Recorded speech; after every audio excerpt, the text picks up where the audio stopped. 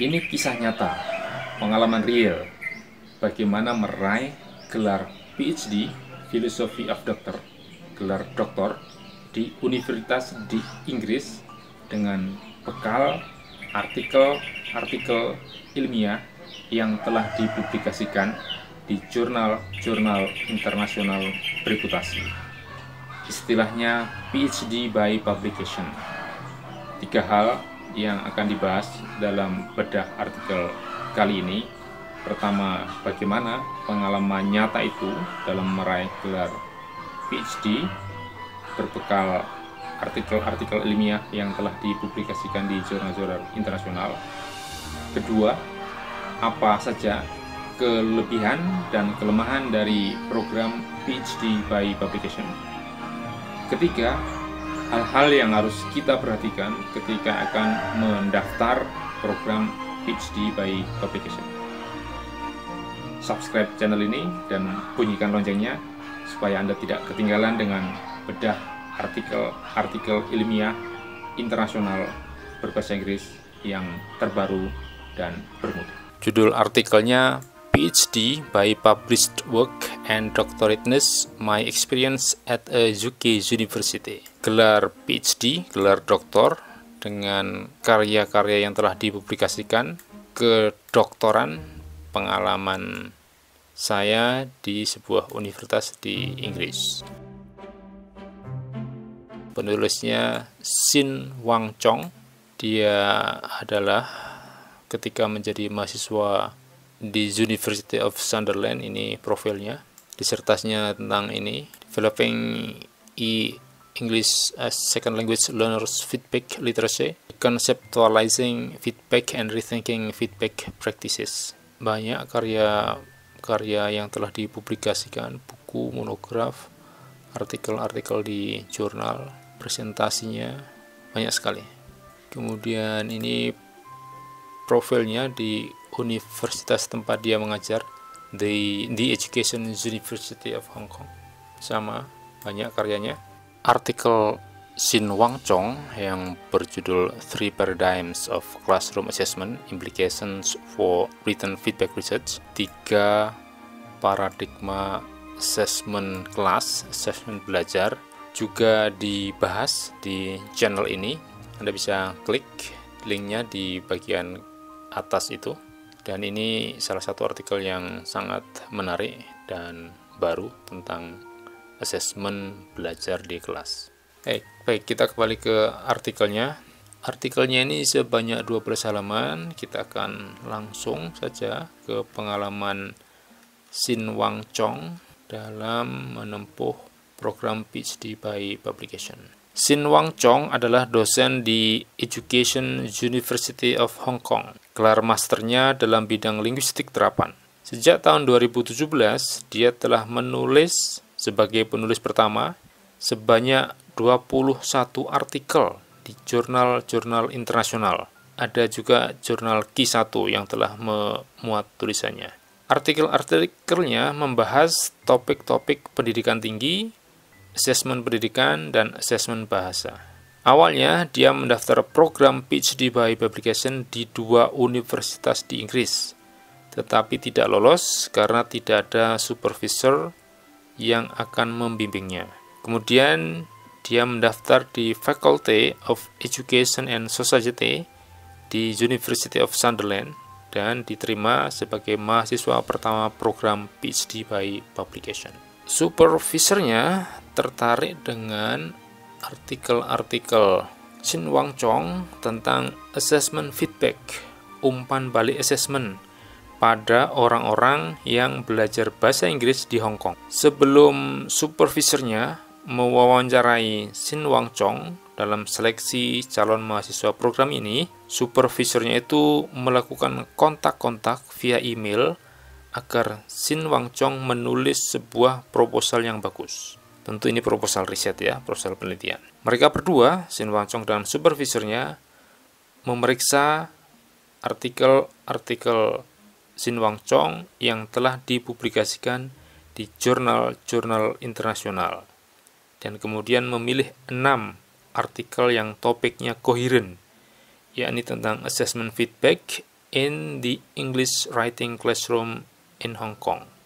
Umpan balik assessment pada kuliah writing, menulis dalam bahasa Inggris di Hong Kong.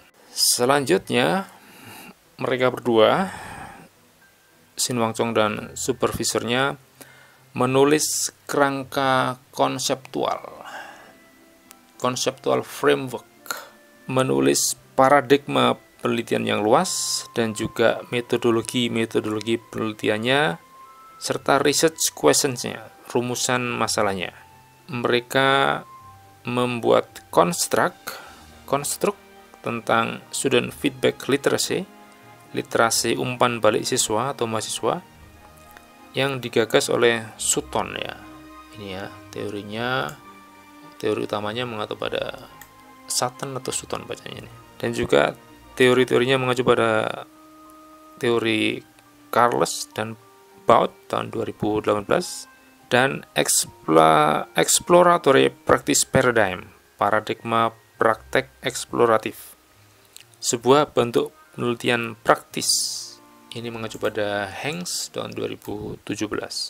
Metodologi penelitiannya adalah grounded theory, fenomenologi, dan analisis isi untuk menganalisis umpan balik sesama siswa, juga untuk menganalisis data kuesioner terbuka, juga untuk menganalisis wawancara kelompok, hasil wawancara kelompok, focus group interview semi terstruktur, serta untuk menganalisis literatur review.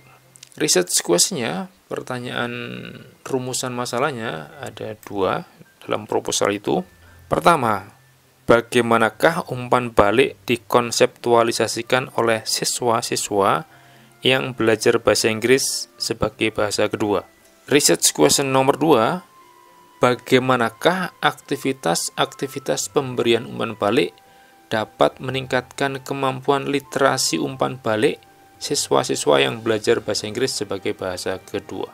Berikutnya, Shin Wang Chong menjawab 2 rumusan masalah itu dengan menunjukkan temuan-temuannya dalam 6 artikelnya yang sudah dipilih tadi, yang sudah dipublikasikan di jurnal-jurnal internasional. Dari sini, dia mengajukan sebuah kerangka konseptual yang lebih luas tentang literasi umpan balik siswa dan membahas aktivitas-aktivitas assessment evidence-based yang meningkatkan kemampuan siswa-siswa yang belajar bahasa Inggris sebagai bahasa kedua di kelas-kelas yang natural. Shin Wang Chong menyerahkan rangkaian tulisannya itu, proposalnya itu, dan 6 artikelnya sebagai disertasinya pada bulan November 2019.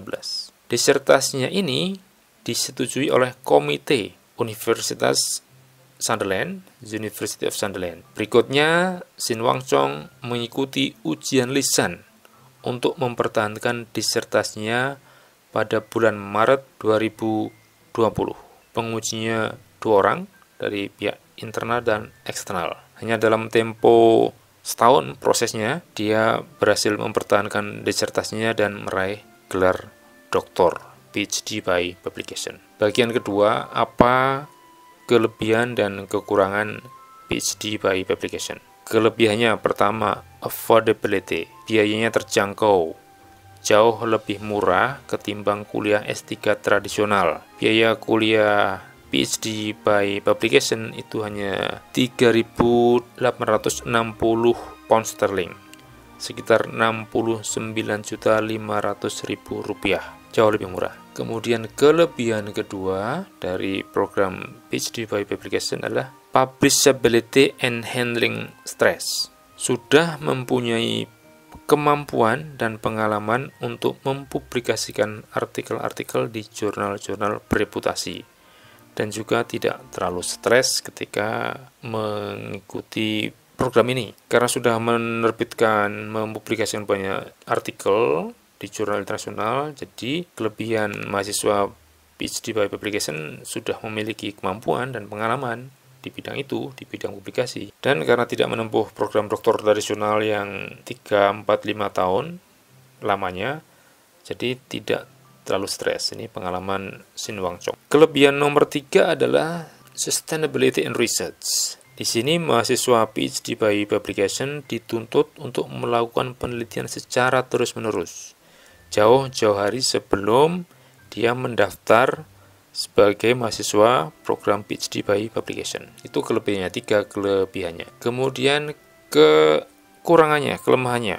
Kekurangan pertama dari program ini adalah becoming a hermit, menjadi seorang pertapa, karena dia menyelesaikan proposal dan disertasinya hanya dalam tempo setahun. Dia harus bertapa di depan komputer untuk menyelesaikan disertasinya. Kelemahan nomor 2, kekurangan nomor 2 dari program ini adalah enduring skepticism, rasa ragu yang berkepanjangan. Apakah gelar PhD dengan cara seperti ini layak atau tidak? Itu yang dialami oleh Shin Wang Chong.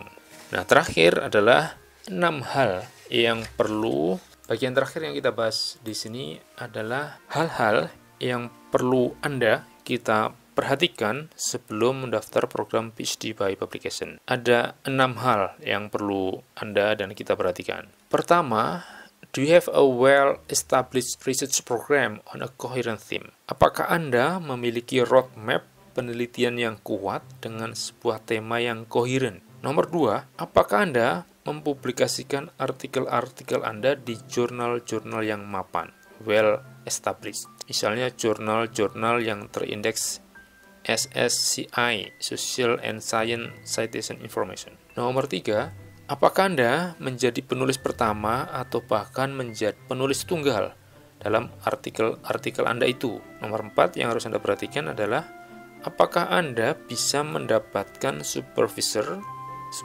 S3 yang memiliki minat dan pendekatan penelitian yang sama dengan Anda. Nomor 5, apakah Anda memiliki swamotivasi, self-motivation yang tinggi?